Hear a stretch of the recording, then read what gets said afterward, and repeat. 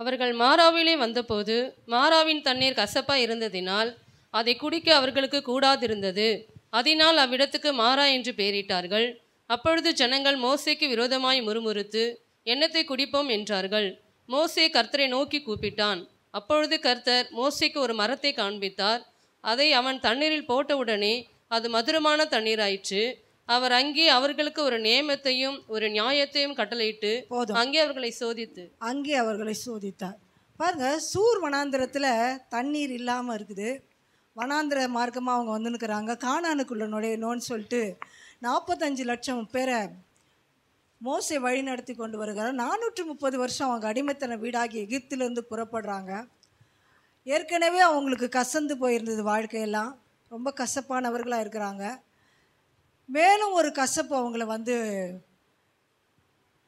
நடத்துது. பாருங்கள், தண்ணி குடிக்கிறதுக்கு போகிறாங்க. மாறால அங்கே சூர் வனாந்திரத்தில் தண்ணியே இல்லை. தண்ணி கசப்பாக இருக்குதான். அவங்க மோசே கிட்ட முறையிடுறாங்க. தண்ணி இருந்தும் கசப்பாக இருக்குதே, நாங்கள் என்ன செய்வோம் அப்படின்னு சொல்லி அவங்க முறையிடும்போது மோசே கர்த்தரிடத்தில் முறையிடுகிறான். அந்த நேரத்தில் பார்த்தீங்கன்னா கர்த்தர் அவனுக்கு ஒரு மரத்தை காட்டி என்ன சொல்கிறாரு, அதை இந்த தண்ணீருக்குள்ளே வெட்டி போடுன்னு சொல்கிறார். தண்ணீருக்குள்ளே வெட்டி போட்ட உடனே என்ன ஆச்சுன்னா அந்த தண்ணீர் மதுரமாக, அது போல தான் நிறைய பேர் வாழ்க்கையில் கசப்பு இருக்குது. கசப்புனால அவங்க ஆசீர்வாதத்தை சுதந்திரிக்கவே முடியாத ஒரு சூழ்நிலை இருக்குது. கசப்பு எங்கே கொண்டு போய் விடுமோ அது பயங்கரமான டேஞ்சரஸ். கசப்பு எங்கே கொண்டு போய் விடும், நம்மளை பின்மாற்றத்துக்குள்ளே கொண்டு போய் விடும், தேவனை விட்டு தூரப்படுத்தும். தேவனுக்கும் நமக்கும் ஒரு இடைவெளியை உண்டு பண்ணுறது தான் கசப்பு. அந்த கசப்பு நம்ம வாழ்க்கையில் இருக்கவே கூடாது. குடும்பத்தில் கசப்பு, பிள்ளைகளுக்கும் பெற்றோருக்கும் கசப்பு, கணவனுக்கும் மனைவிக்கும் கசப்பு, அப்புறம் மாமியார் மருமகளுக்கு கசப்பு, பக்கத்து வீட்டாருக்குள்ள கசப்பு. நம்ம கசப்பை எவ்வளோ நாள் வளர்க்குறோமோ அவ்வளோ நாளும் கசப்பு நம்மளை எங்கே கொண்டு போய் விடும், ஆசீர்வாதத்துக்குள்ளே நம்மளால் போகவே முடியாது. நம்ம வாழ்க்கையில் கசப்பான சம்பவங்கள் வரலாம், நம்ம மனுஷன் தானே, கசப்பு வரலாம். ஆனால் அது கசப்பு நீடிச்சுக்கிட்டே போகக்கூடாது. அந்த கசப்பு நம்மளை தொடர்ந்து வரக்கூடாது. கசப்பு வரும், எல்லாரும் கடவுள் கிடையாது, வானத்துலேருந்து யாரும் குதிக்கவே இல்லை, எல்லாருக்கும் கசப்பு இருக்குது. ஆனால் அந்த கசப்பு எப்படி இருக்கணும்னா அது சீக்கிரமாக போயிடணும். செத்து போயிட்டு இருப்பாங்க, ஏதோ ஒன்று செஞ்சு செத்தே போயிட்டுருப்பாங்க. ஆனால் அந்த கசப்பு இன்னும் வச்சு என்ன பண்ணுவாங்க, செத்து போனவங்கள திட்டின்னு இருப்பான். பார்த்துக்கிறீங்களா? அந்த பொம்பளையால் தான் நான் இங்கே எப்படி இருக்கிறேன். அந்த கசப்பு அவங்க செத்து பரலோகத்துக்கு போயிட்டாங்க, பார்த்துக்கோங்க. ஆனால் திட்டு நம்ம தான் ஆசீர்வாத கானானுக்குள்ளே போக முடியல, நுழைய முடியாத அளவுக்கு இந்த கசப்பு நம்மளை பின்னோக்கி இழுக்கிற ஒரு காரியமாக அது இருக்குது. ஆனால் இதெல்லாம் எங்கே போய் சொல்லணும்? கசப்பு என் வாழ்க்கையில் வந்துச்சு, ஒருத்தவங்க எனக்கு துரோகம் செஞ்சிட்டாங்க, ஒருத்தவங்க எனக்கு அநியாயம் செஞ்சிட்டாங்க, அதனால் எனக்கு கசப்பு இருக்குது ஆண்டவரே, அதனால் நான் உங்ககிட்ட வரேன் ஆண்டவரே அப்படின்னு சொல்லி தேவனிடத்தில் தான் நம்ம கசப்பை கொண்டு போகணுமே தவிர பக்கத்தில் இருக்கிறவங்ககிட்ட நம்ம கசப்பை கொண்டு போகக்கூடாது. பாருங்கள், அன்றைக்கி மோசே உடனே தேவன்கிட்ட கொண்டு போனார் அந்த பிரச்சனையை. அந்த கசப்பு தண்ணீரை இனிப்பாக மாற்றுறதுக்கு எங்கே கொண்டு போனார்னா தேவனிடத்தில் தான் கொண்டு போனார்.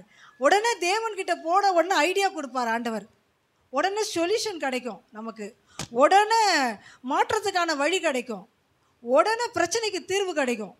எங்கே போனோம்? தேவன்கிட்ட போனோம். அங்கே பாருங்கள், ஒரு மரத்தை வெட்டி அதை தண்ணியில் போட்டால் அந்த தண்ணி மதுரமாக மாறிடுச்சான். இப்போ சிலுவை மரம் தான் உங்கள் கசப்புகளை மாற்றுகிற இடம். சிலுவை மரம் தான் உங்கள் ஆசீர்வாதத்துக்கான இடம். சிலுவை மரம் தான் உங்களை செல்வ செழிப்பாக மாற்றுகிற மரம். பாருங்கள், அந்த மரத்துக்கிட்ட போகாமல் எங்கேயோ போயின்னு இருக்கிறதுனால தான் நம்ம என்ன பண்ணுறோம், வாழ்க்கையில் ஆசீர்வாதத்தை பார்க்க முடியாமல் அனுபவிக்க முடியாமல் இருக்கிறோம். பாருங்கள், ரூத் எழுதுகிற புஸ்தகத்தில் 1வது அதிகாரம் 20வது வசனத்தை நம்ம படிப்போம். அதற்கு அவள், நீங்கள் என்னை நகோமி என்று சொல்லாமல் மாறாள் என்று சொல்லுங்கள், சர்வ வல்லவர் எனக்கு மிகுந்த கசப்பை கட்டளையிட்டார். பாருங்க, இந்த அம்மா சொல்கிறாங்க, அதற்கு அவள் என்னை நகோமி என்று அழைக்காமல் என்ன பண்ணுங்க, மாறான்னு சொல்லுங்க, சர்வ வல்லவர் என்ன பண்ணிட்டாராம், மிகுந்த கசப்பை கட்டளையிட்டாராம். சர்வ வல்லவர் கசப்பை கட்டளையிடுவாரா? கட்டளையிடவே மாட்டார். அவர் எப்படி? அவர் இனிமையானவர். பாருங்க, அவர் ஒரு நாளும் கசப்பை கட்டளையிடவே இல்லை. அவங்க வந்து பெத்லகேமில் குடியிருக்கிறாங்க. பெத்லகேம்ன்றது அப்பத்தின் வீடு, அங்கே குறைவே இருக்காது. நியாயாதிபதிகள் நியாயம் விசாரித்த நாட்களின் வரும். நியாயாதிபதி யார்? உலகத்தின் அதிபதி யார்? பிசாசு தான். அவனுடைய ராஜ்யத்தில் தான் நம்ம இருந்தோம். அப்போது பிரச்சனை வரும் தான், போராட்டம் வரும் தான், நெருக்கம் வரும் தான், எல்லாம் வரும். ஆனால் பிரச்சனை வரும்போது இடம் மாறக்கூடாது, மனசு தான் மாறணும். சொல்லுங்கள், பிரச்சனை வரும்போது இடத்த மாற்றக்கூடாது, மனசை மாற்றணும். மனம் மாறினா, மனம் புதிதாகிறதுனாலே நீங்கள் மறுரூபமாவீர்கள். மனசு தான் புதிதாகணும், மனசு தான் மாறணும். பிரச்சனை வரும்போது மனசு மாறாமல் நம்ம என்ன பண்ணுறோம்? நம்ம கூட அடிக்கடி சொல்கிற வார்த்தை என்ன தெரியுமா?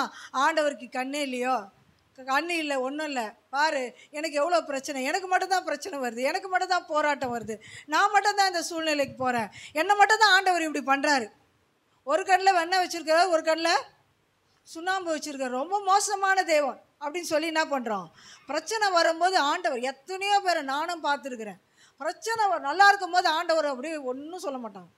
அவங்க கொஞ்சம் கெட்டு போட்டோமே உடனே என்ன பண்ணுவோம்? பிரச்சனை வந்துச்சுன்னா ஆண்டவரை திட்ட ஆரம்பிச்சிருவாங்க.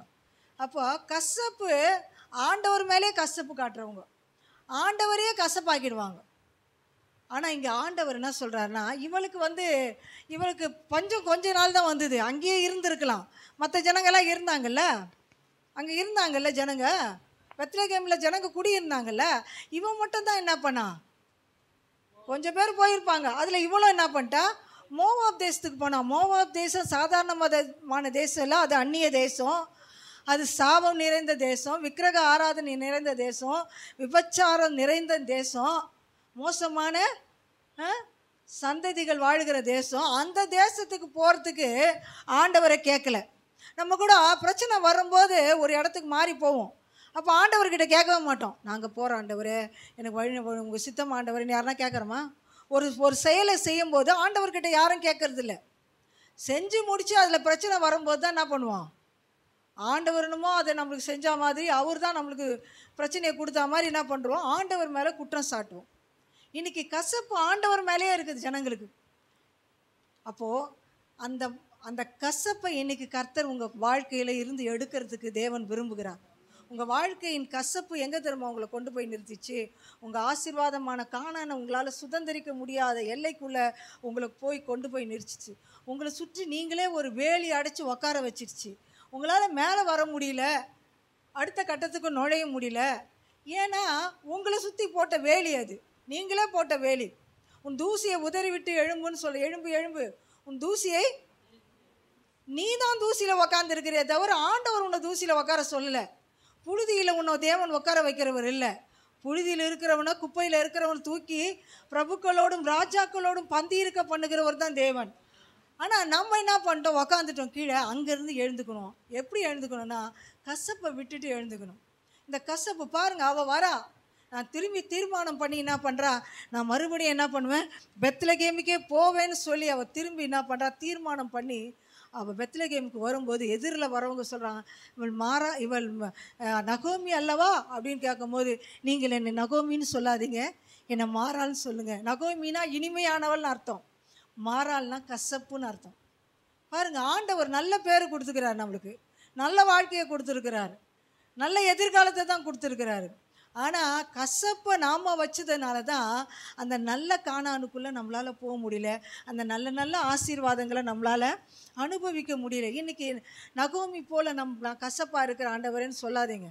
உங்களுக்குள்ள அந்த கசப்பின் வேர் இருந்துச்சுன்னா அது எல்லாத்தையும் அழிச்சிடும், மேலே வர முடியாத பண்ணிடுமா. அதனால தான் இவன் என்ன சொல்கிறான்? என்னை மாறாள்னு சொல்லுங்கன்னு சொல்லும்போது பாருங்கள், இங்கேருந்து போகும்போது நான் நிறைவுள்ளவளாக போனேன். கர்த்தர் என்ன பண்ணார்? என்னை வெறுமையாக நிறைவுள்ளவளாக போனாளா? அதை சொல்லுங்கள். நிறைஞ்சி ஆசீர்வாதத்தோடு போனாளா? ஆபத்துக்கு ஓடிட்டா பக்கத்தில். பாருங்க, கிலியோன், மக்லோன், அப்புறம் எலிமெலேக்கு. அவங்க வீட்டுக்கார் பேர் எலிமெலேக்கு. கிலியோன், மக்லோன் 2 பிள்ளைங்க அவங்களுக்கு இருந்தாங்க. புருஷன் செத்துட்டாரு, 2 பிள்ளைகளும் இறந்துட்டாங்க. 3 விதவைகளாக திரும்பி வராங்க. ஆனால் 2 விதவைகள் தான் பெத்லகேமுக்கு வந்தாங்க. ஓர்பால் போயிட்டான் முத்தமிட்டு அழுதுட்டு. பாருங்கள், இது போல தான் எல்லாத்தையும் இழந்ததுக்கு காரணம் தேவனை குற்றம் சொல்லக்கூடாது. தேவன் நீ உன் இழப்புக்கு காரணம் தேவன் இல்லை, உன் இழப்புக்கு காரணம் நீ தான். நம்ம வாழ்க்கையின் ஆசீர்வாதங்கள் எங்கேயோ இழந்து கொண்டே இருக்கிறோமா? சுய பரிசோதனை செஞ்சு பார்க்கணும். இன்றைக்கி நம்மளை நாமே சுய பரிசோதனை செய்யணும். எதெல்லாம் என் வாழ்க்கை உள்ளே இருக்குது ஆண்டவரே, உங்களுக்கு விரோதமான காரியங்கள் எதெல்லாம் இருக்குது? ஒருவேளை கசப்பு இருக்குதா? மற்றவங்களை குறித்து கசப்பு இருக்கா? கணவனை குறித்து, மனைவியை குறித்து, மாமியாரை குறித்து, மருமகளை குறித்து, பிள்ளைகளை குறித்து, சொந்த பந்தங்களை குறித்து, உறவுகளை குறித்து எந்த கசப்பு இருந்தாலும் இன்றைக்கி விட்டுட்டு வெளியே வரும்போது தான் அந்த இனிமையான வாழ்க்கைக்குள்ளே, அந்த இனிமையான கானானுக்குள்ளே நாம் போய் சேர முடியும். ஆண்டவர் இன்றைக்கி ஒரு எச்சரிப்பின் சத்தமாக தான் இதை கொடுக்குறாரு. கசப்பு உங்கள் வாழ்க்கையை அழிச்சிடும், அது பின்மாற்றத்துக்குள்ளே தள்ளிடும். கசப்பு எப்படிமா கொஞ்சம் கொஞ்சமாக உங்களை வழிவிலக செய்திடும், தேவனுக்கும் உங்களுக்கும் ஒரு பெரும் பிளவை உண்டு பண்ணிடும். அதனால் கசப்பு யாருக்குள்ளே இருந்தாலும் நீ இன்றைக்கி என்ன பண்ணும்? மனம் திரும்பி, ஆண்டவரே அந்த கசப்பை நான் விட்டுறேன் ஆண்டவரே, மறுபடியும் நான் உங்கள் சமூகத்துக்கு வருகிறேன்னு சொல்லி நம்ம சொல்லும்போது ஆண்டவர் எல்லாவற்றையும் மன்னித்து நம்மளுக்கு நன்மை செய்கிற தேவனாக இருக்கிறார். ஆதியாகமம் புத்தகத்தில் 27வது அதிகாரம் 34வது வசனம் யாராவது எடுத்தவங்க வாசிங்க. ஏசா தன் தகப்பனுடைய வார்த்தைகளை கேட்டவுடனே மிகவும் மனம் கசந்து உரத்த சத்தமிட்டு அலறி தன் தகப்பனை நோக்கி, என் தகப்பனே, என்னை ஆசீர்வதியும் என்றான்.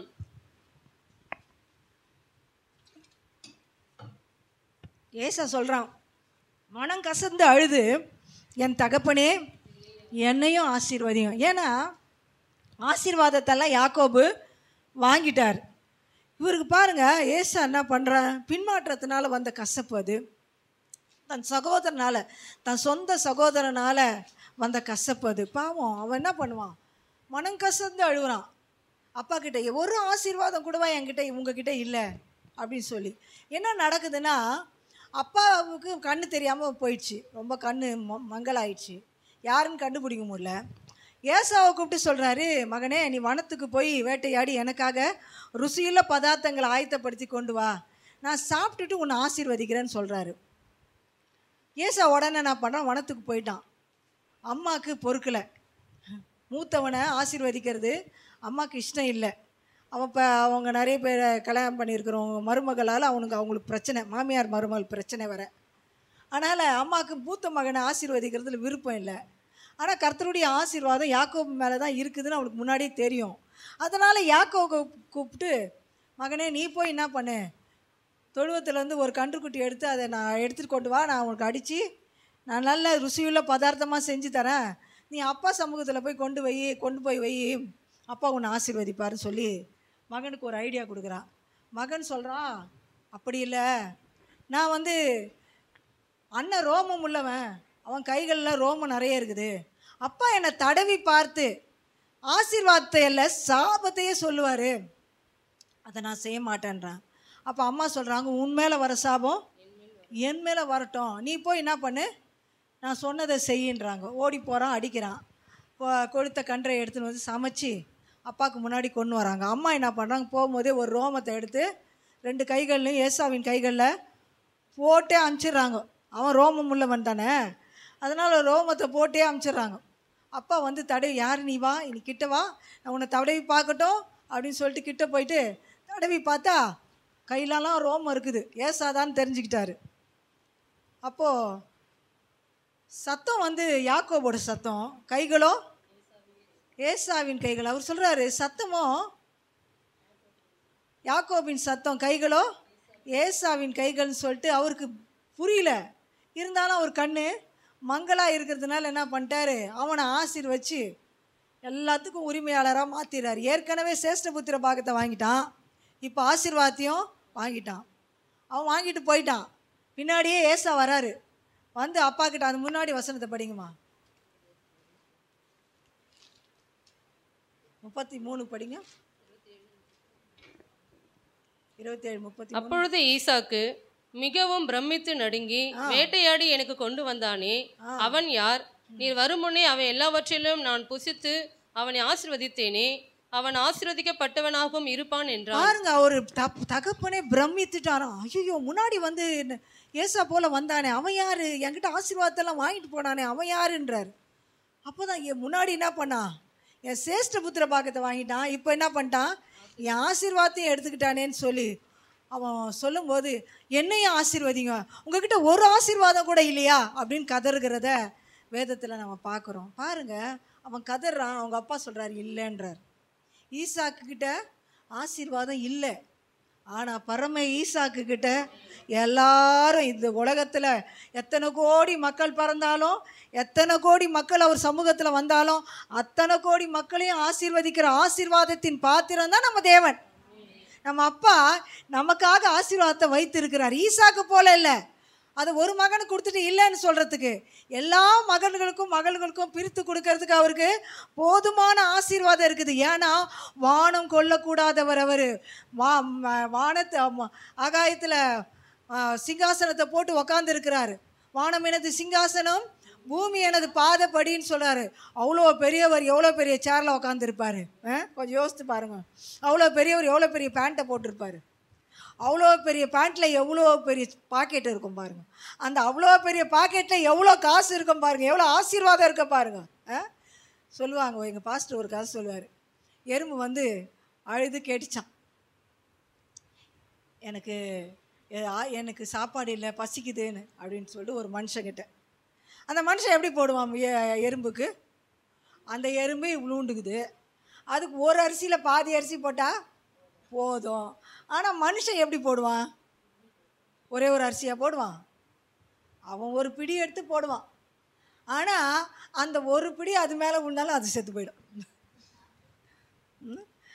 வானத்தையும் பூமியும் படைத்தவர் உங்களை ஆசீர்வதிக்கிறதுக்கு தகப்பனாக இருக்கிறார். அவருடைய ஆசீர்வாதத்துக்கு சுதந்திரவாளியாக, சொத்துக்கு பங்காளியாக நீங்கள் இருக்கிறீங்க. அப்படிப்பட்ட தேவனுக்கு பிள்ளைகளாக இருக்கிறோம். கசப்பை உள்ளே வச்சுருக்கலாமா? கசப்பு எங்கே கொண்டு போய் நிறுத்தும் தெரியுமா? தேவனுக்கும் உங்களுக்கும் பெரும் பிளவை உண்டு பண்ணிடும். அங்கே இந்த பிளவை கடந்து அந்த பக்கம் போக முடியாது. உங்கள் ஆசீர்வாதங்கள்லாம் ஆண்டவர் ஏற்கனவே உங்களுக்கு முன்குறிக்கப்பட்டவை. அவை ஆவியின் வடிவில் எல்லாமே இருக்குது. அது ரொம்ப மேல் ஷெல்ஃபிலலாம் வைக்கல. ஆண்டவர் கீழ் ஷெல்ஃபில் தான் ஆசீர்வாதங்களை வச்சுருக்கிறார். நம்ம தான் குனிஞ்சு என்ன பண்ணோம்? எடுக்கணும். அதுக்கு தான் தொப்பை என்ன பண்ணுது? தடுக்குது. கரெக்டா? குனிய முடியல நம்மளால், உன்னை இழக்க முடியல, உன்னை விட முடியல, ஒரு கசப்பை விட்டு தூக்கி போட முடியல. அதை உள்ளே வச்சுக்கிட்டு என்ன பண்ணுறோம்? நம்மளும் நொந்துட்டு மற்றவங்களையும் அந்த கசப்பான காரியத்தை பேசி பேசி அவங்களும் கசப்புக்குள்ளே நடத்தின்னு இருக்கிறோம். இன்றைக்கி ஆண்டவர் நம்மளை பார்த்து பேசுகிறாரு, அந்த கசப்பை விட்டு வெளியே வா, நான் உன்னை ஆசீர்வதிக்கிற பாத்திரமாக மாற்றுவேன், நீயே ஒரு ஆசீர்வாதமான பாத்திரமாக மாறிடுவேன் அப்படின்னு ஆண்டவர் உங்களையும் என்னையும் பார்த்து இன்றைக்கி பேசிகிட்டு இருக்கிறார். பாருங்கள், அதே போல தான் அடிமைத்தனத்தில் ஒரு கசப்பு. யாத்திராகமம் 1:14 பாருங்களேன்.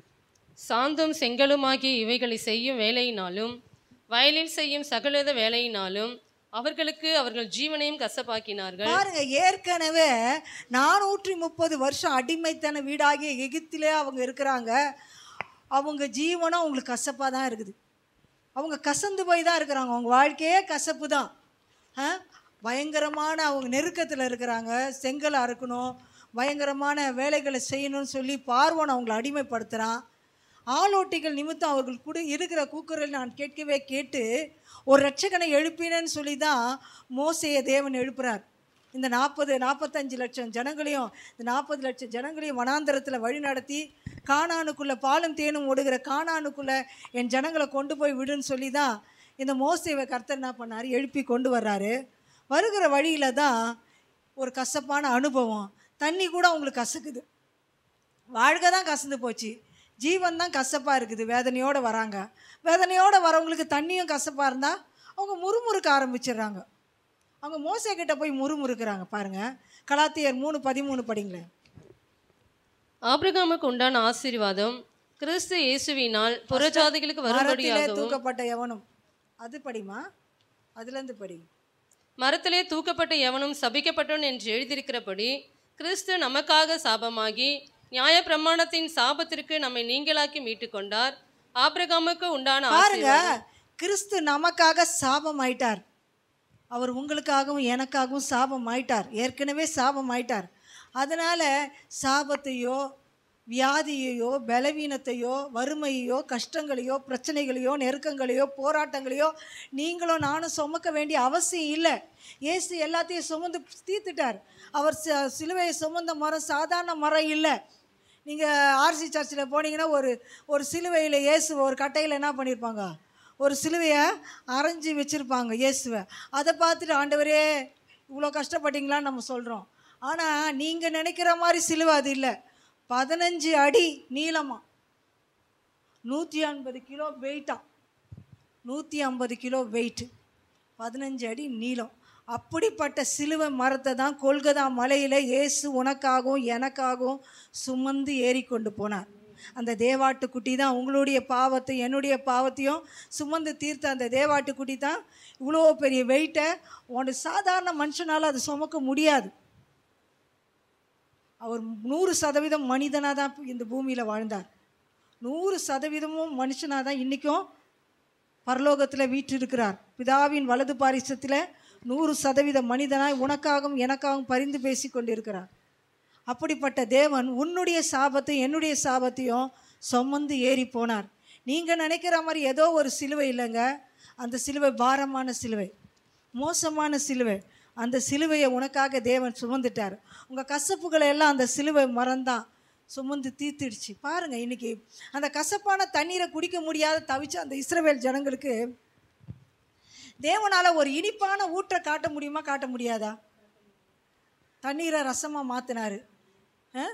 வெளியே காலை கழுவுறதுக்கு வச்சுருந்தா கற்சாடியில் இருந்த தண்ணீரை திராட்சை ரசமாக மாற்றினவருக்கு கசப்பான தண்ணியை இனிப்பான தண்ணீராக மாற்ற முடியாதா? மாற்ற முடியும். அவர் ஒரு ஊற்றை காட்டல, இனிப்பான ஒரு ஊற்றை காட்டல. ஆனால் அவர் மாறா என்ன சொல்கிறாருன்னா, அங்கே என்ன நடந்ததுன்னா, அந்த மோசையை முறையிட்ட உடனே ஆண்டவர் சொல்கிறார், ஒரு மரத்தை தான் காட்டுறார். இந்த மரத்தை வெட்டி என்ன பண்ணு, தண்ணியில் போடுன்றார். பாருங்கள், மரத்தை வெட்டி தண்ணிக்குள்ளே போட்டவொன்னே என்ன ஒரு அதிசயம்.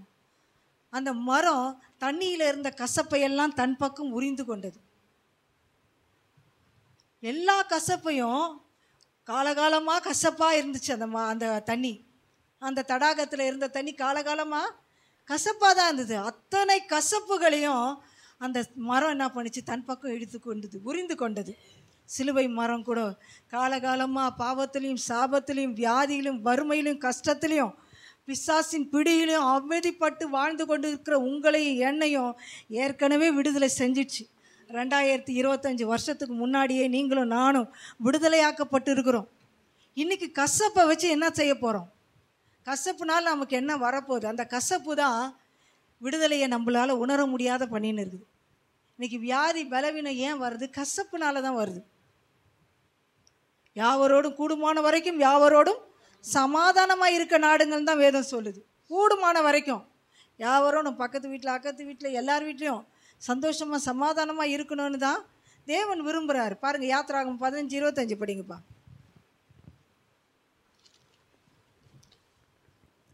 மோசே கர்த்தரை நோக்கி கூப்பிட்டான். அப்பொழுது கர்த்தர் மோசேக்கு ஒரு மரத்தை காண்பித்தார். பாருங்க, அந்த மரம் எதை குறிக்கிறது தெரியுமா? கர்த்தராகிய இயேசு கிறிஸ்துவின் சிலுவை மரத்தை தான் குறிக்குது. அந்த சிலுவை மரம் என்ன பண்ணிச்சானா, தண்ணி, அந்த மரம் எப்படி தண்ணியை உறிஞ்சிச்சோ அதே போல் சிலுவை உங்களுடைய பாவங்களையும் என்னுடைய பாவங்களையும் பரம்பரை சாபங்களையும் உரிந்து கொண்டது. பாருங்க, இன்னொரு காரியத்தை கூட நம்ம பார்க்கலாம். ஆதியாகமம் 3வது அதிகாரத்தில் பார்த்தீங்கன்னா, நன்மை தீமை அறியத்தக்க விருட்சம்னு சொல்லி போட்டிருக்கோம். பார்த்துங்க, 3வது. ஆனாலும் 2ஆம் அதிகாரம் 17 ஆனாலும் நன்மை தீமை அறியத்தக்க விருட்சத்தின் கனியை புசிக்க வேண்டாம், அதை நீ புசிக்கும் நாளிலே சாகவே சாவா என்று கட்டளையிட்டார். பின்பு தேவனாகிய கர்த்தர், மனுஷன் தனிமையா இருப்பது நல்லதல்ல. பாருங்க, ஆனாலும் தோட்டத்தின் நடுவே இருக்கிற விருட்சத்தின் கனியை குறித்து தேவன் நீங்கள் சாகாதபடிக்கு அதை புசிக்கவும் அதை தொடவும் வேண்டாம் என்று சொன்னார். பாருங்க, ஆண்டவர் சொல்றாரு, நன்மை தீமை அறியத்தக்க விருட்சத்தை என்ன பண்ணக்கூடாது, புசிக்கிறது மட்டும் இல்லை, அதை தொடவும் வேணான்னு சொல்லவே இல்லை. யார் சொன்னது? ஸ்ரீயானவள் தான் சொன்னான், தொடாதன்னு. ஆண்டவர் சொன்னார் புசிக்காதேன்னாரு. இது ஒரு நாளில் நடந்த ப்ராசஸ் கிடையாது. ஏதோ அடுத்த சாப்டரில் ஆண்டவர் சபிச்சு வெளியே அனுப்புகிறார் ஏதேன்னு விட்டுலாம் கிடையாது. இது ரொம்ப நாளாக நடந்துக்கிட்டு இருக்குது, ஒரு நாளில் நடக்கலை. நம்ம வாழ்க்கையில் கூட ஒரு நாளில் பிரச்சனைகள் இல்லை, ஒரு நாளில் பிசாசுக்கு நம்ம அடிமையாக போகிறதில்ல, ஒரு நாளில் நம்மளுக்கு பாவம் நம்மளை தொட போகிறதில்ல. ரொம்ப நாளாக நடக்கும். ஒவ்வொரு நாளாக நம்ம என்ன பண்ணுவோம், கொஞ்சம் கொஞ்சமாக பிசாசுக்கு இடம் கொடுத்து அந்த இடத்துக்கு போயிடுவோம். ஒவ்வொரு நாளும் பேசிக்குவாங்களாம். போயிட்டு ஆண்டவர் தொடக்கூடாதுன்னு தானே சொன்னார், சாப்பிடக்கூடாதுன்னு தானே சொன்னார், தொடலாம்ல, தொட்டு பார்த்துருவோம், ஒரு நாள் எடுத்து சாப்பிட்டு பார்ப்போம். ஒவ்வொரு நாளும் இப்படியே நடந்துனுது பிசாசினோட வார்த்தையை கேட்டு. பாருங்கள் அன்னைக்கு என்ன நடக்குதுன்னா, பழைய ஏற்பாட்டில் நன்மை தீமை அறியத்தக்க அந்த மரம் மொத்த மனுகுலத்தையும் சாபத்துக்குள்ளே நடத்திச்சு. புதிய ஏற்பாட்டில் சிலுவை மரம் மொத்த மனுக்குலத்தையும் ஜீவனுக்குள்ளே நடத்திச்சு. உங்களுக்கும் எனக்கும் ஜீவன் உண்டாயிருக்கும், அது பரிபூர்ணப்படவும் தான் கிறிஸ்து வந்திருக்கிறார். அதனால் நம்மளுக்கு நீடித்த ஆயுள் உண்டு. யாரெல்லாம் 120 வயசு வரைக்கும் வாழ போகிறீங்க?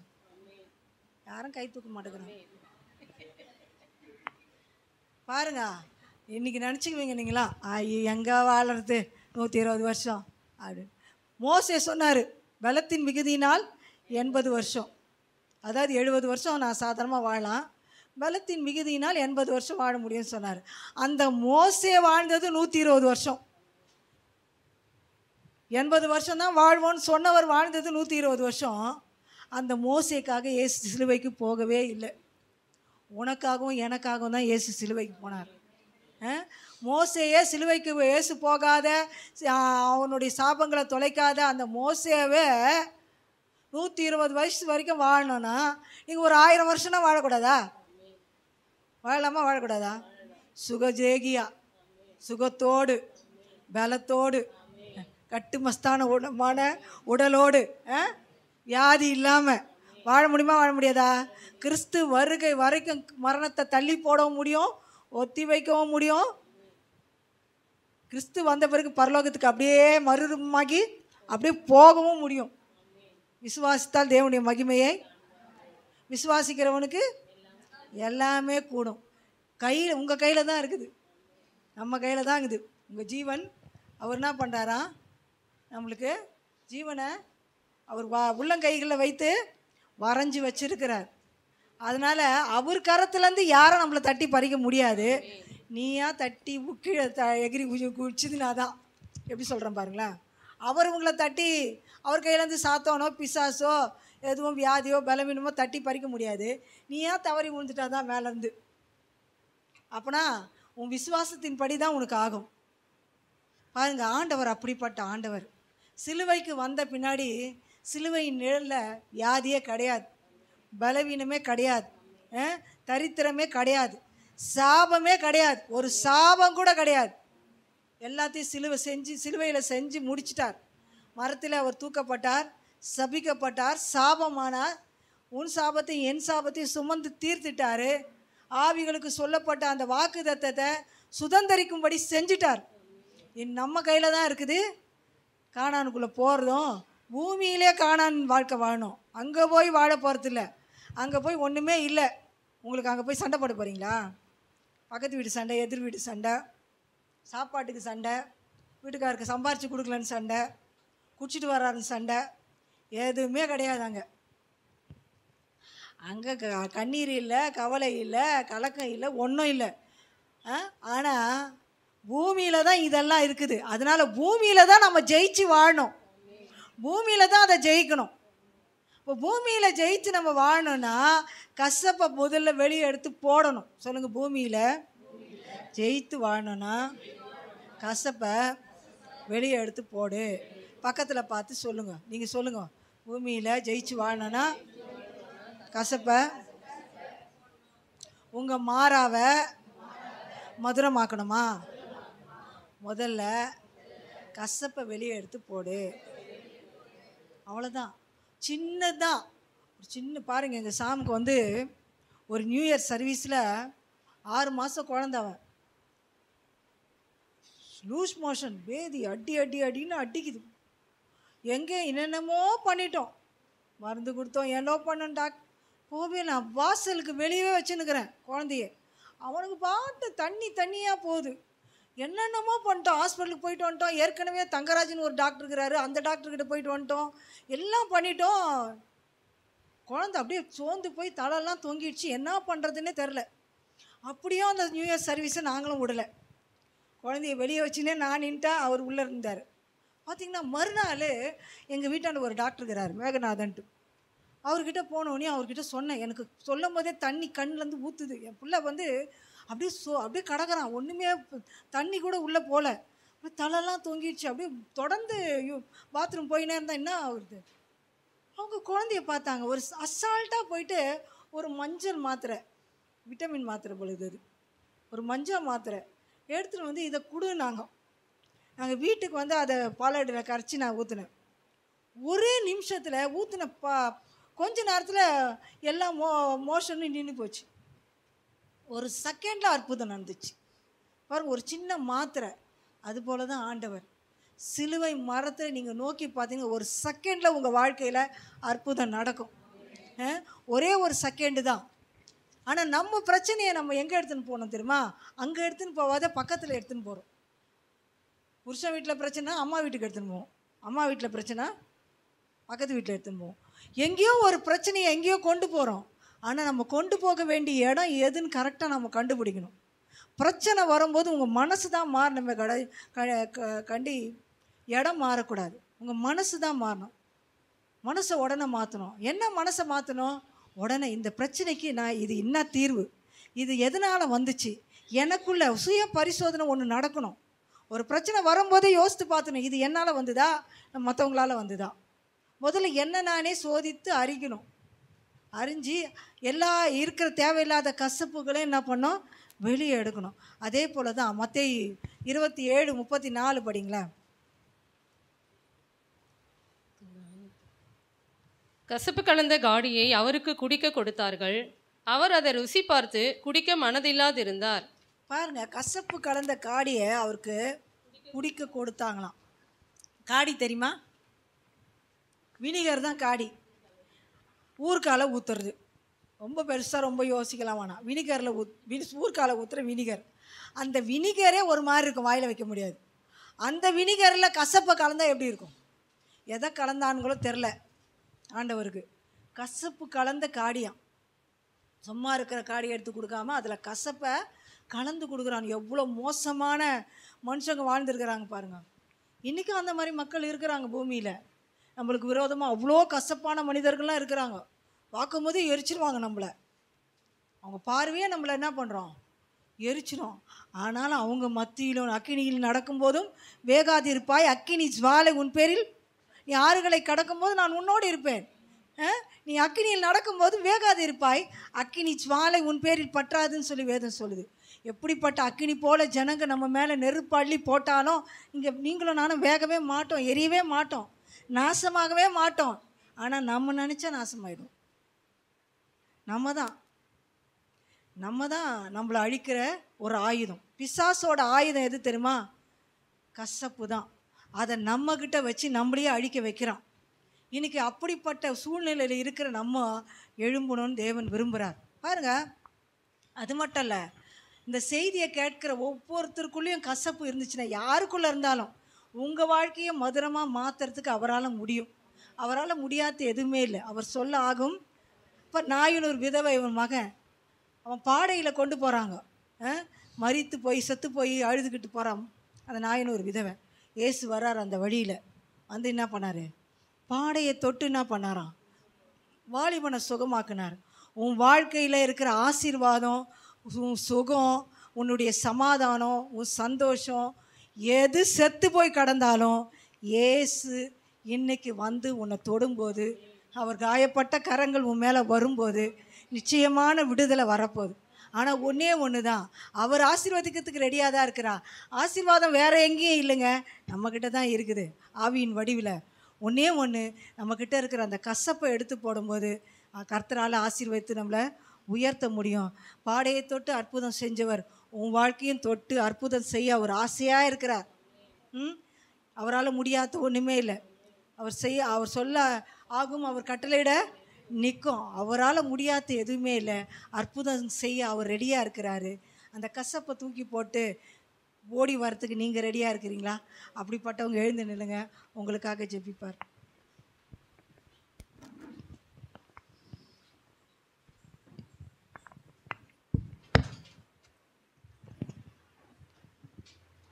நம்ம எல்லோரும் எழுந்து நிற்போம், ஜெபம் பண்ணுவோம்.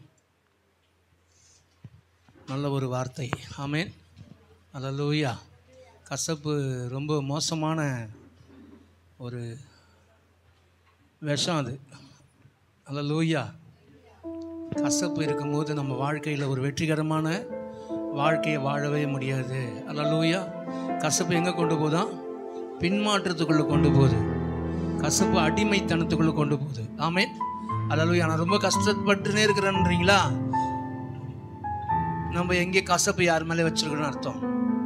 என்னால் ஜெபிக்க முடியல, என்னால் தேவ பிரசன்னத்தில் போக முடியல, எனக்கு சபை கூட சரியாக வர முடியலன்றீங்களா? ஏதோ ஒரு யார் மேலே ஒரு கசப்பை வச்சுருக்கீங்கன்னு அர்த்தம். ஆமென். இன்னைக்கு கசப்பை எடுத்து போகணும். எப்படி எடுத்து போட போகிறோம்? இயேசுவுடைய சிலுவையை நோக்கி பார்க்கும்போது அவர்கள் அவரை நோக்கி பார்த்து பிரகாசம் அடைந்தார்கள். அவர்கள் முகங்கள் வெக்கப்பட்டு போவதில் எல்லார் கண்களை மூடுவோம். எல்லாரும் சிலுவையின் மரத்தை நோக்கி பார்க்கலாம். அன்னைக்கு மோசஸ்க்கு நல்ல ஒரு ஆண்டவர் ஒரு நல்ல ஒரு யோசனை சொன்னார். ஒருவேளை வாழ்க்கையில் அந்த தண்ணின்றது ஏதோ தண்ணி இல்லை, உங்கள் வாழ்க்கையில் இருக்கிற எல்லா கசப்பும், அந்த கசப்பில் சிலுவையுடைய உபதேசத்தை நீங்கள் அந்த இடத்துல வைக்கும் போது, அந்த இடத்துல சிலுவையின் உபதேசத்தை நீங்கள் நோக்கி பார்க்கும்போது வேதம் சொல்லுகிறது, இந்த சிலுவையின் உபதேசம் கெட்டு போறதுக்கு பைத்தியமாக இருக்கும். மற்றவங்க சொல்லுவாங்க, கசப்பை தூக்கி போட்டு ஆசீர்வாதமாக இருக்க முடியுமா அப்படின்னு சொல்லுவாங்க. ஆனால் சிலுவை உபதேசம் கசப்பை வச்சிருக்காதுன்னு சொல்லுது. கசப்பு உன்னை அடிமைத்தனத்துக்குள்ள கொண்டு போவோம்னு சொல்லுது. கசப்பு உன்னுடைய வாழ்க்கையில் ஒரு பெரிய பின்மாற்றத்தை கொண்டு வந்துடும் சொல்லுது. ஆனால் வேதம் சொல்லுகிறது, விசுவாசிக்கிற நமக்கோ அது தேவ பலமுள்ளதாக இருக்கிறது. இன்னைக்கு தேவனுடைய வசனத்தை நீ விசுவாசிக்கும் போது உன்னை பலசாலியாக மாற்றும். உன் வாழ்க்கையில் வெற்றிகரமான வாழ்க்கையை வாழ முடியும். எல்லாரும் கண்களை மூடி கரங்களை உயர்த்தி, ஆண்டவரே இன்னைக்கு நாங்கள் ஆண்டவரே யார் மேலே கசப்பாக இருந்தாலும் அவங்கள மனசார நாங்கள் மன்னிக்கிறோம். ஆண்டவரே தேவ சமூகத்தில் சொல்லுங்க, ஆண்டவரே யார் மேலே ஒருவேளை இந்த இடத்துல யார் இருந்தாலும் கசப்பாக இருந்தீங்கன்னா ஆராதனை முடிஞ்ச உடனே அவங்கள பார்த்து சொல்லுங்க, என்னை மன்னிச்சிடுங்கன்னு சொல்லுங்க. ஒப்புரவாகுங்க. ஒருவேளை வீட்டில் யாருன்னா இருந்தாங்களா அவங்ககிட்ட கசப்போடு இருந்தீங்கன்னா ஒப்புரவாகுங்க. நீங்கள் அடிமைத்தனத்தில் இருக்க தேவ சித்தம் இல்லை, நீங்க பின்மாற்றமா போறது தேவ சித்தம் இல்லை. இன்னைக்கு ஒருவேளை நீ பின்மாற்றமா இல்லாத இருக்கலாம், ஆனா கசப்பு கொஞ்ச நாள்ல உன்னை பின்மாற்றத்துக்குள்ள கொண்டு போயிடும். ஒப்புரவாவுங்க. கர்த்தர் பெரிய காரியங்களை செய்வார். வாழ்க்கையில் இருக்கிற மாறாவின் தண்ணீரை மதுரமாய் மாற்றுவார். கசப்பான வாழ்க்கை சோலைவனமாய் மாற்றுவார். துக்கமான வார்த்தையை, துக்கமான வாழ்க்கையை சந்தோஷமாய் மாற்றுவார். ஆண்டவரை உம்மை உயர்த்துகிறோம், உம்மை துதிக்கிறோம். ஆண்டவரே யாரெல்லாம் ஆண்டவரே உங்கள் சமூகத்தில் ஆண்டவரே நான் கசப்பு தூக்கி போடன்னு சொல்லி யாரெல்லாம் சொல்கிறாங்களோ அவங்க மேலே கர்த்தருடைய ஆசீர்வாதம் உண்டாகட்டும். ஆண்டவரே ஆண்டவரே இப்பொழுது உங்களுடைய ஆசீர்வாதம் இவங்க மேலே இறங்கட்டும். ஆண்டவரே இன்னிலிருந்து கர்த்தருடைய ஆவியானவர் ஆண்டவரே உங்களுக்கு ஆண்டவரே வாக்கு தத்துவங்களுக்குள்ள பிரவேசிக்க வைங்க. ஆண்டவரே உங்களுக்கு கொடுத்த எல்லா வாக்கு தத்துவங்களுக்குள்ளேயும் இவங்களை ஆசீர்வாதத்துக்குள்ள கொண்டு போங்கப்பா. ஆண்டவரே இந்த கசப்பை இவங்க தூக்கி போடுற யாரா இருந்தாலும் ஆண்டவரே இன்னிலிருந்து கர்த்தருடைய ஆவியானவர் இவங்க வாழ்க்கையை ஆண்டவரை தித்திப்பாய் மாற்றுவீராக. அன்னைக்கு ஆண்டவரே மாறாவின் தண்ணீரை மதுரமாய் மாற்றின கர்த்தர் இன்னைக்கு ஆண்டவரை ஒவ்வொருத்தருடைய வாழ்க்கையில் இருக்கிற ஆண்டவரை கசப்பு ஆண்டவரை ஒருவேளை வாழ்க்கையே ஐயோ போர் அடிக்குது, வாழ்க்கையில் இருக்கிறது வேஸ்ட், நான் செத்து போனா நல்லா இருக்கும்னு சொன்னேன் ஆண்டவர் அந்த வார்த்தை எல்லாத்தையும் ஆண்டவரை கசப்புனால வந்த அந்த வார்த்தையை இவங்க கசப்பை விட்டு வெளியே வரும்போது ஆண்டவரை நான் வாழ போறேன், நான் ஆசீர்வாதமா இருக்க போறேன்னு சொல்லி அந்த அளவுக்கு இவங்களுடைய ஆண்டவரை வாழ்க்கையை நீங்க மதுரமாய் மாற்றுறதுக்காக நன்றி செலுத்துகிறோம். ஆண்டவரை உயர்த்துகிறோம், துதிக்கிறோம். ஆண்டவரே உடைய கருத்துக்குள்ள ஒவ்வொருத்தரையும் ஒப்பு கொடுக்கிறோம். ஆசீர்வதிங்க. செய்தி கொடுத்த மகளுக்காக நாங்கள் ஜெபிக்கிறோம். மகளை ஆயிரங்களுக்கு லட்சங்களுக்கு எடுத்து பயன்படுத்துங்க நாங்கள் சொல்லி ஜெபிக்கிறோம். உடைய கருத்துக்குள்ள ஒப்பு கொடுக்கிறோம். இயேசு கிறிஸ்துவின் நல்ல நாமத்தில் ஜெபிக்கிறோம் எங்கள் ஜீவனுள்ள நல்ல பிதாவே, ஆமென். எல்லாரும் சேர்ந்து சொல்லி, என் ஆத்துமாவே கர்த்தரை ஸ்தோத்திரி, என் முழு உள்ளமே பரிசுநாமத்தை ஸ்தோத்திரி, என் ஆத்துமாவே கர்த்தரை ஸ்தோத்திரி, கர்த்தர் செய்த சகல உபகாரங்களை மறவாதே. இப்பொழுதும் கர்த்தராகிய இயேசு கிறிஸ்துவின் கிருபையும் பிதாவாகிய தேவனுடைய அன்பும் பரிசுத்த ஆவியானுடைய ஐக்கியமும் என்றும் என்றும் சதா காலங்களிலும் நம் அனைவரோடு இருப்பதாக. ஆமென்.